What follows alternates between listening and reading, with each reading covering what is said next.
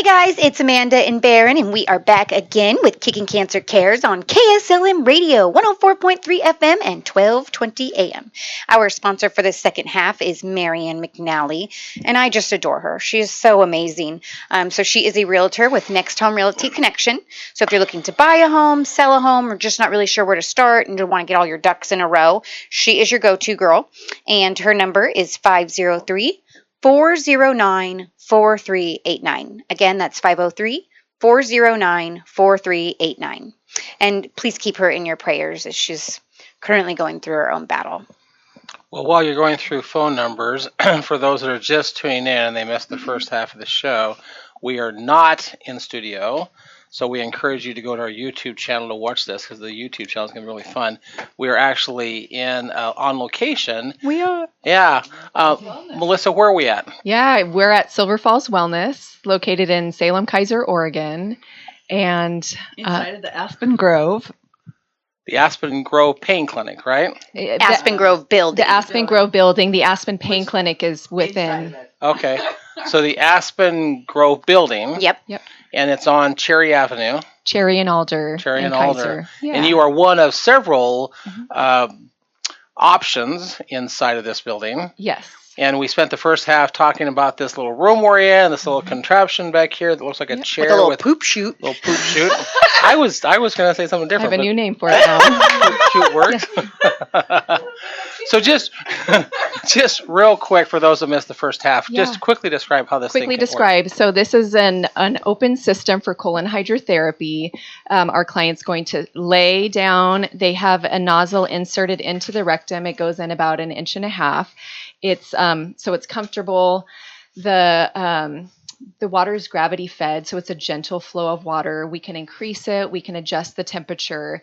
And then we're just there to help clients. We can be in the room as much or as little as they need. We do have to check in every 10 minutes if they're one that's just like, I don't poop with an audience. You need to leave. I check in every 10 minutes and just to make sure the temperature's fine. And we have a bell that you can ring if they ever need us in between those 10 minutes. What's the normal length of a session? Yeah, I was just going to ask that. Does it vary? 45 minutes to an hour is what typically it takes to get a good release. Okay.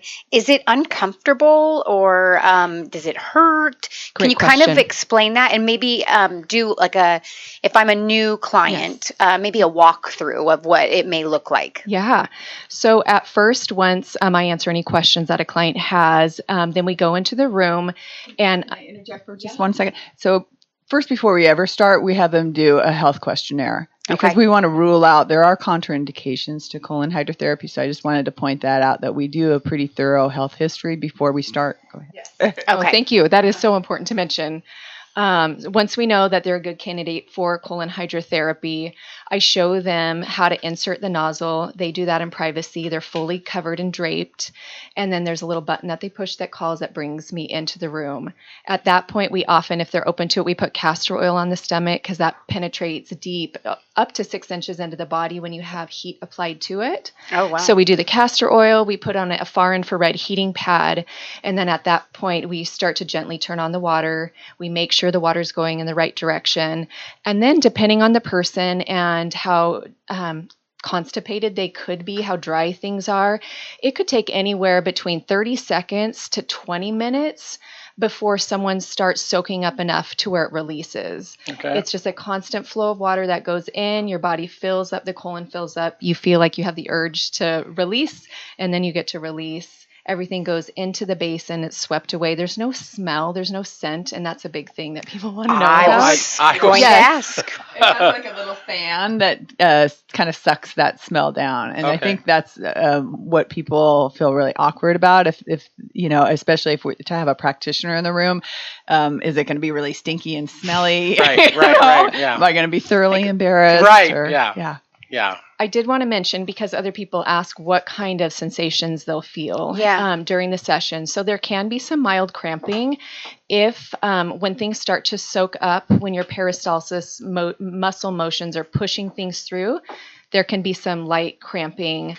And that just goes away as soon as it's out of the body. Okay. And so for the listeners on the radio show, we're sorry you can't see this, but for the YouTubes, we now have a visual. Yes. You just brought a visual. So this is the on this side is a visual of a healthy colon. Okay.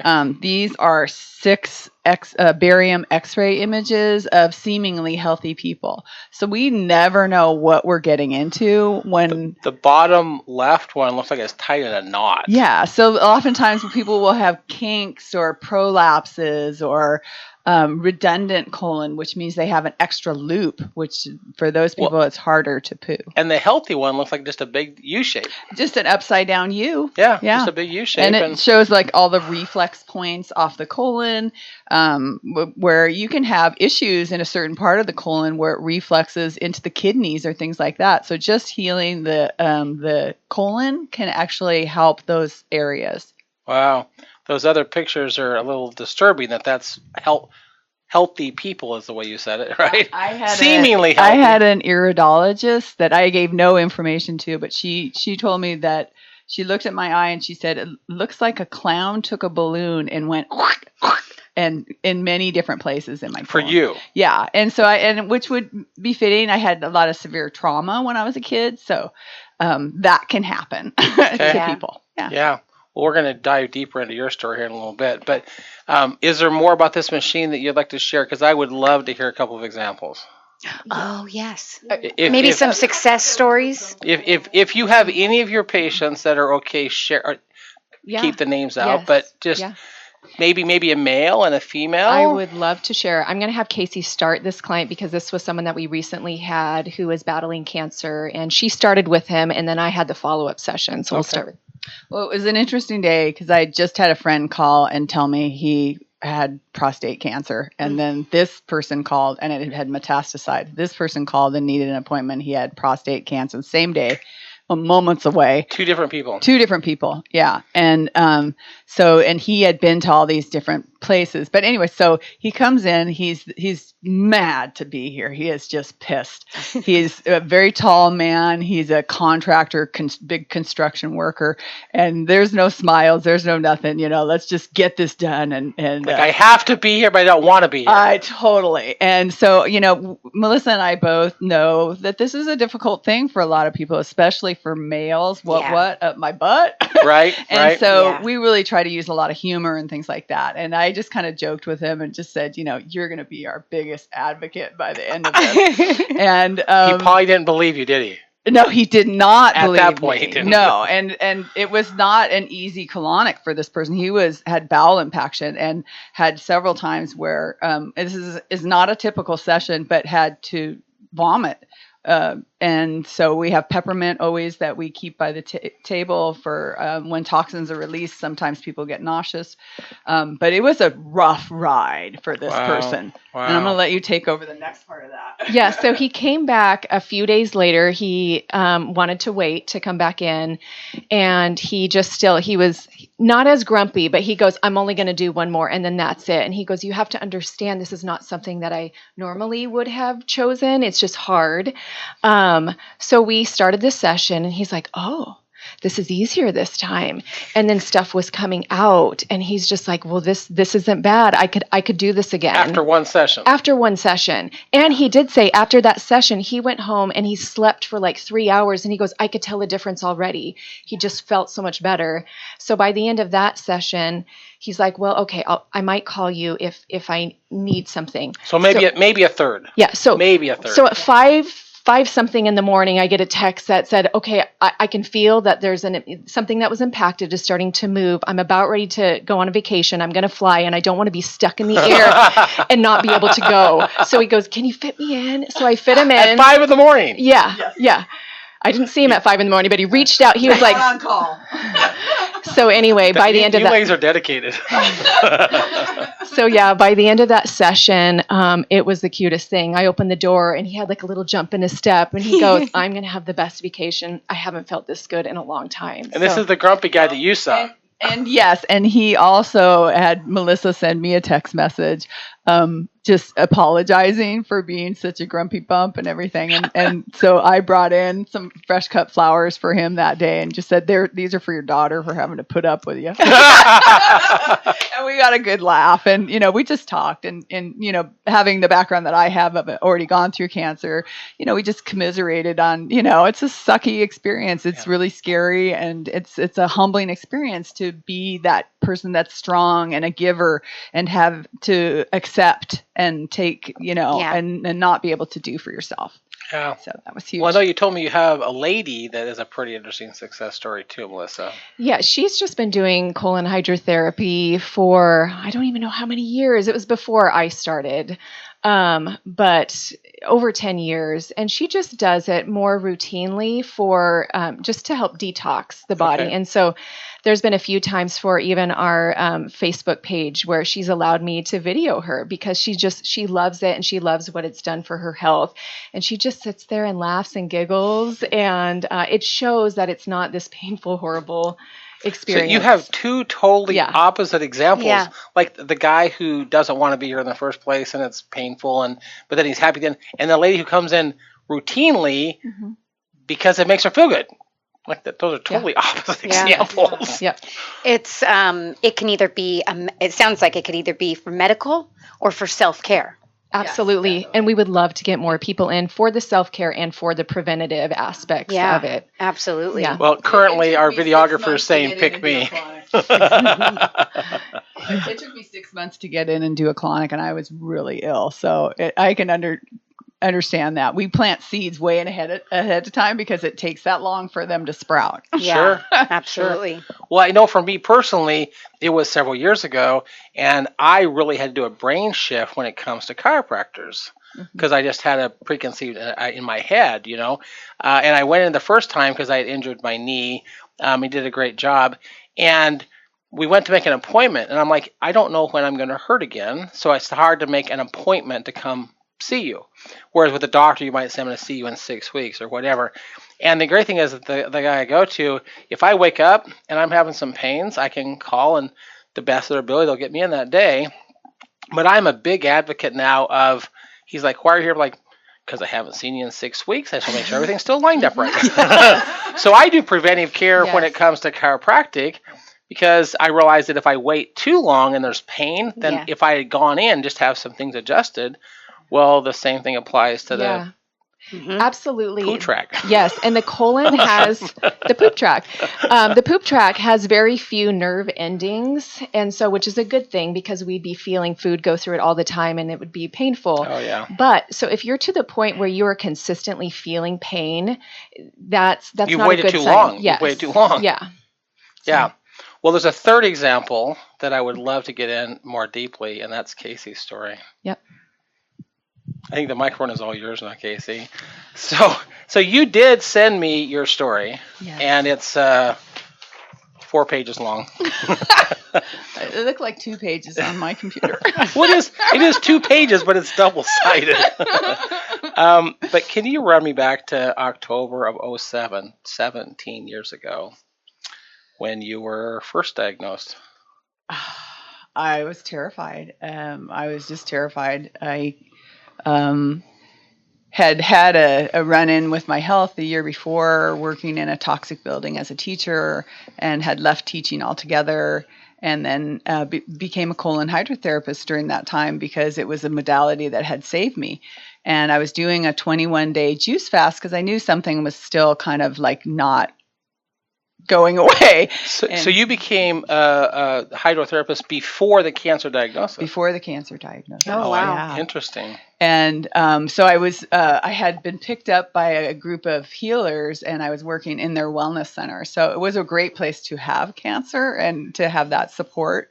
But it was a long, lengthy process. So I did like this cleanse, and day 5, 6, I felt like someone had kicked me in the liver, and I had all sorts of pain in my chest and a low grade fever, and I was getting really scared at that point. And I did go to my doctor, and they did an ultrasound that day, and then I got the results like the next day without the doctor, and it said that it was like 2 large masses on the left lobe of the liver, and it was strongly suggestive of metastatic liver disease. And so I luckily had my husband there because I don't think I could have driven at that point. Yeah. And it was like at least a month-long process of, this test and that test and this test and biopsies until the October 7th. And that was, so you find out from your doctor that it's malignant, but then you go into the oncologist and he stages you. And so I was terrified. I just thought I was going to die. And then that's all I could think of. I was 48 years old and I was like, just dumbfounded. I was like, this doesn't happen to people this young. Yeah. I thought I was like, had my immortal button still up. Mhm. Yeah. Yeah. Well, and that's a really good point because, again, I'm going to just reference what you just sent me, but you were 48, you were married, two sons, wonderful husband, and then life just shifts gears. But you were diagnosed with stage 4 large B cell NHL, which is non-Hodgkin's lymphoma, but stage 4. Yes. And we've tried to educate our listeners that stage refers to risk. If it goes metastatic, it's almost always stage 4. Yeah. If it's not treatable, it's almost always stage 4. Like, that's a horrible diagnosis. It was a horrible diagnosis. And then I had just been, become a colon hydrotherapist the year before. And so I had been studying cancer, ironically, to understand whether I would hurt people doing colonics. I just wanted to make sure that, they didn't come and be worse off than when they came. Right. And so that was like, I was trying to learn as much as I could. So I'd been learning about natural treatments. And so I had to make a huge decision, and I made a decision to try natural treatments. And I pissed off a lot of people in my life. Well, and I want to read what you wrote to me because It does play into what you just said. What you wrote was your own father had died 20 years before of complications from chemotherapy. Yes. Oh. For a localized lymphoma. Yeah, so you as scared as you were, you're like, I'm not going to do chemo.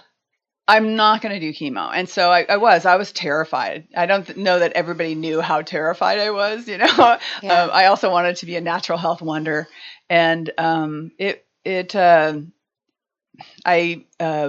did the coffee enemas. I tried a Gerson approach. I was trying Laetrile and pancreatic enzymes and certain pills from a distance healer in San Rafael, put them on each side of my bra several times a day, and doing coffee enemas, like I said, juicing, all that stuff, and a Rife machine. And yet the tumor underneath my ribs was growing to a huge size, and it was becoming like this giant shelf. Well, your article said it was like the size of a golf ball.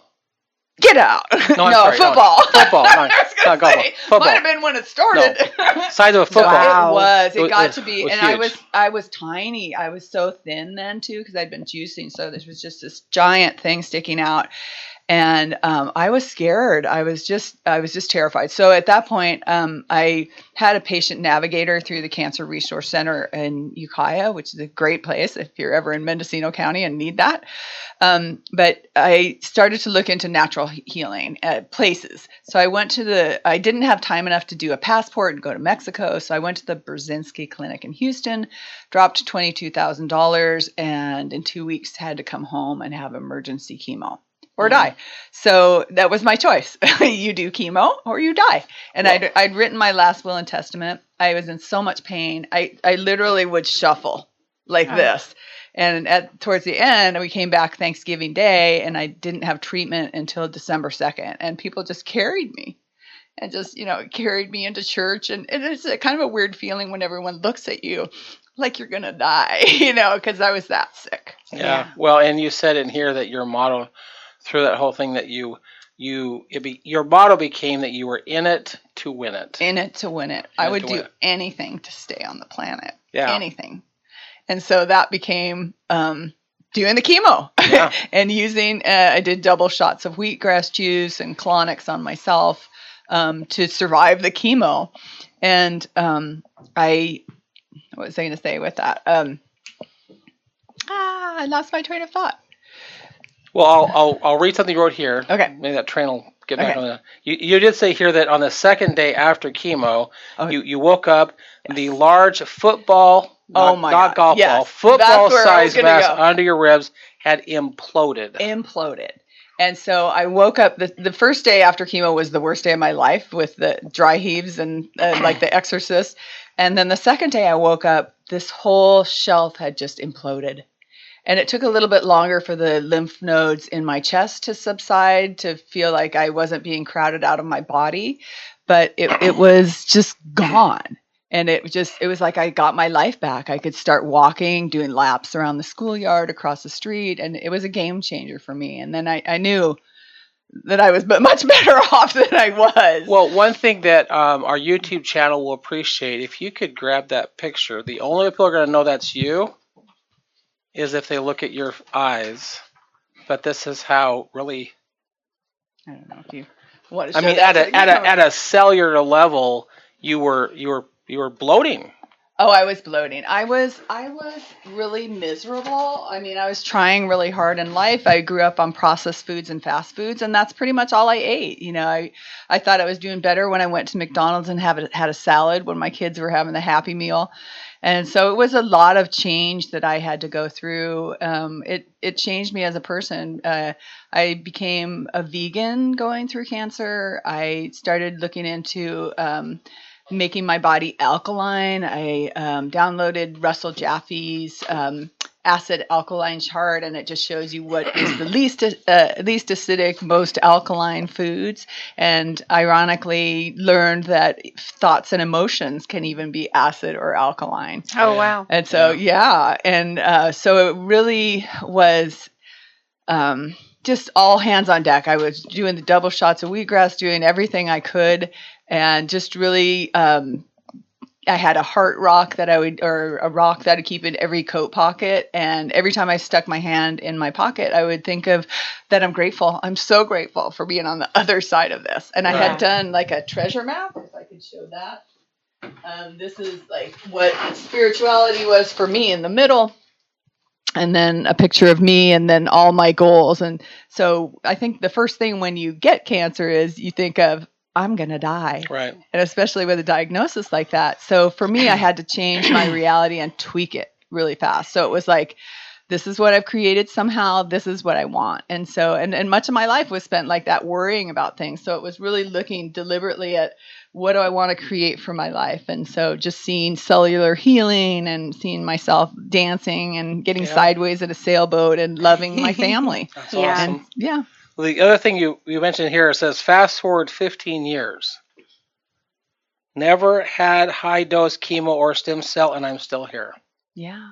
So towards the end of my treatment, there was a speck that was still showing up. And so instead of six R-CHOPs, my doctor decided to do 8. And then it was still showing up, but not on a PET scan, wasn't lighting up. He wanted me to go do high dose chemo and stem cell. I got a second opinion by the coaching of the ladies at the Cancer Resource Center. And they just basically said, you're in remission. We don't have a crystal ball to know if it's going to come back, but you're in remission. And so I went and saw another oncologist because my oncologist looked like he was in a snit. And he just said, based on how quickly you responded to the treatment, I think that, you're going to be, 3 years and you'll be cured. Nice. So if we can keep you to that mark. And then he added something in that if you get cancer again, it'll be something else. I'm like, hey, get there. Dial that back. We're close on time, but I really want to read this last paragraph because I'm not sure that your friend Melissa has actually seen what you sent me. Oh. It does say that you moved to Kaiser in December of 2021 after 64 years in California, but you said that you're grateful to be here and super grateful to have met Melissa. Oh, I am. So Melissa and I had both been doing Joe Dispenza meditations. And I tried to hook up with Melissa. I did not want to start my own business after being in California and being a caregiver to my husband and dealing with all these fires. And I just wanted to just relax and work with someone else and laugh and giggle. So I created her. She says she created me. Like you created each other. We created each other. So we met and it was just too weird for words. Like we're both ex-school teachers. We both have taken masters in reading and language arts. And we both we're heart math instructors, and And it just, and we both really love to dress up, but we also both really love to dress down and be casual and comfortable. Nice. And you just kind of have a really same sense of humor and everything, and just a heart space. It's like a sister from another mister, like you said. Twin souls. Twin souls, yeah. Well, we're so Twinning. glad that we were able to come in the studio and share this machine and share your story. I think that Amanda's got a few comments here towards the end. Let me get Marianne's thing. Thank you so much, ladies. This has been thank awesome. you so much. I love the setup. I love what you guys are doing. It's phenomenal. So I'm going to give a huge shout out to our sponsor for this second half, who is Marianne McNally. She is a residential real estate with Next Home Realty Connection. So if you're looking to buy a home, sell a home, or just want to get your ducks in a row, give her a call. Her number is 503-409-4389. And we will be back next week as the movement continues. No pun intended, no. We need to add that. I have that on that camera over there, so I might just add it in.